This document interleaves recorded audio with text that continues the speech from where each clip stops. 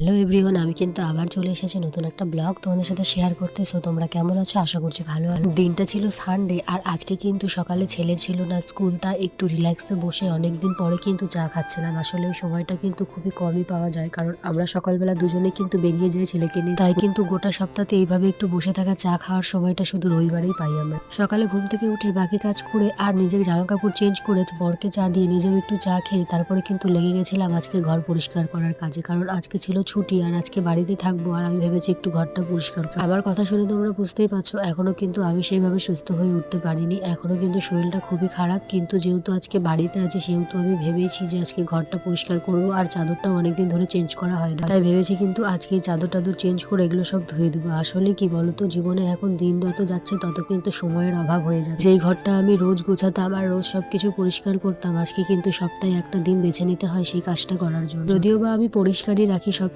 কিন্তু আগের মতো করে আর না হয়ে ওঠে না সেই পরিষ্কার করাটা। এখন সপ্তাহে একদিনই ডিপ ক্লিনটা করতে পারি, তাছাড়া রোজ যেরকম নর্মাল ক্লিন সেইভাবে ক্লিনটাই করি। আজকে ভাবলাম চলো তোমাদের সাথে কিছু কথা শেয়ার করা যায়। আসলে জানো তো, একটা মেয়ে যতদিন না বিয়ে হয় সে কিন্তু জানতে পারে না যে তার মধ্যে কতটা দোষ বা কতটা গুণ আছে।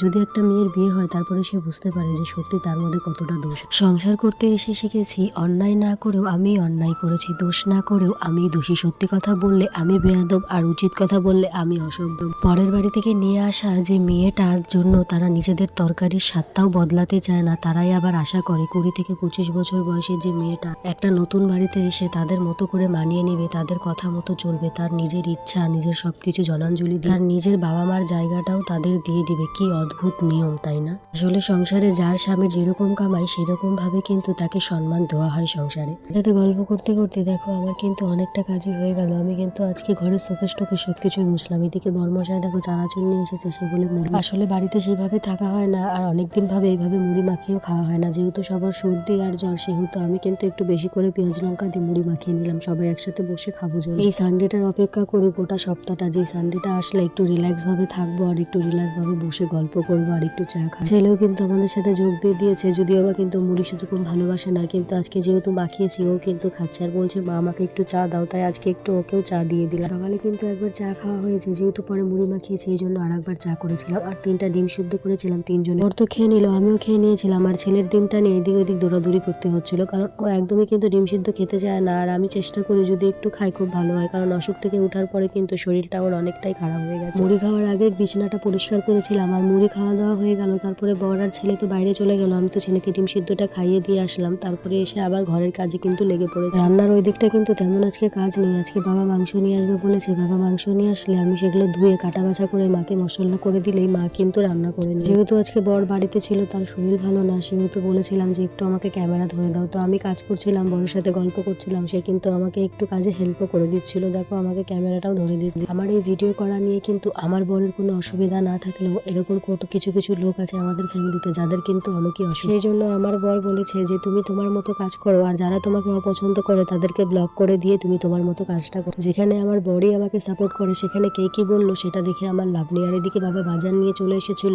আর মার জন্য নিয়ে এসেছিল মাছ, যেহেতু আমার শাশুড়ি মুরগির মাংস খায়। দেখলাম যে মার আজকে স্নান হয়নি, মা মাছটা কাটতে বসছিল আর অনেকটা বেলাও হয়ে যাচ্ছিল। আমি ঘরটা পরিষ্কার করে মুছে নিয়ে তারপরে কিন্তু ভাতটা তুলে দিলাম। মাকে বললাম যে আমি ভাতটা বসিয়ে দিই, তারপরে বাকি আমাদের চায়ের বাসন ছিল আর কিছু কাপড়, বাসনগুলো মেজে কাপড়গুলো কেচে নিয়ে আবার কিন্তু যেতে হবে রান্নাঘরে, কারণ মাকে মশলা করে দিতে হবে আর মাংসগুলো ধুয়েও দিতে হবে। মুরগির মাংস নিয়ে আসলে বেশিরভাগ কিন্তু রান্নাটা আমি করি, আজকে রান্নাটা কিন্তু শাশুড়ি করবে, কারণ যেহেতু আমার শরীরটা খুবই খারাপ কয়েকদিন ধরে, আমার একদমই শরীরটা ভালো না, সেহেতু ঘরেরও অনেক কাজ আছে। এই জন্য মা আজকে বললো যে আমি কিন্তু রান্না করব আর তুমি খালি আমাকে জোগাড়গুলো করে দেবো। আমি বললাম ঠিক আছে, তাহলে আমি জোগাড়গুলো করে দেবো আর তুমি তাহলে রান্না। আমি কেটলিটাতে না ছেলের জন্য জল গরম করি আর মাঝে মাঝে ডিম সিদ্ধ করি, কিন্তু কেটলিটার ভেতরে দেখছি যে অনেকেই আয়রন পড়ে গেছে, এই জন্য কেটলিটা মেজেছি জল গরম করার। আর এদিকে দেখো বরের জুতাগুলো ধুয়ে দিচ্ছি, কারণ ও সেদিন মার্কেটে গেছিল আর জুতোগুলো এত নোংরা হয়েছে। ওর শরীরটা ভালো থাকলে কিন্তু জুতোগুলো ওই ধুয়ে দিত।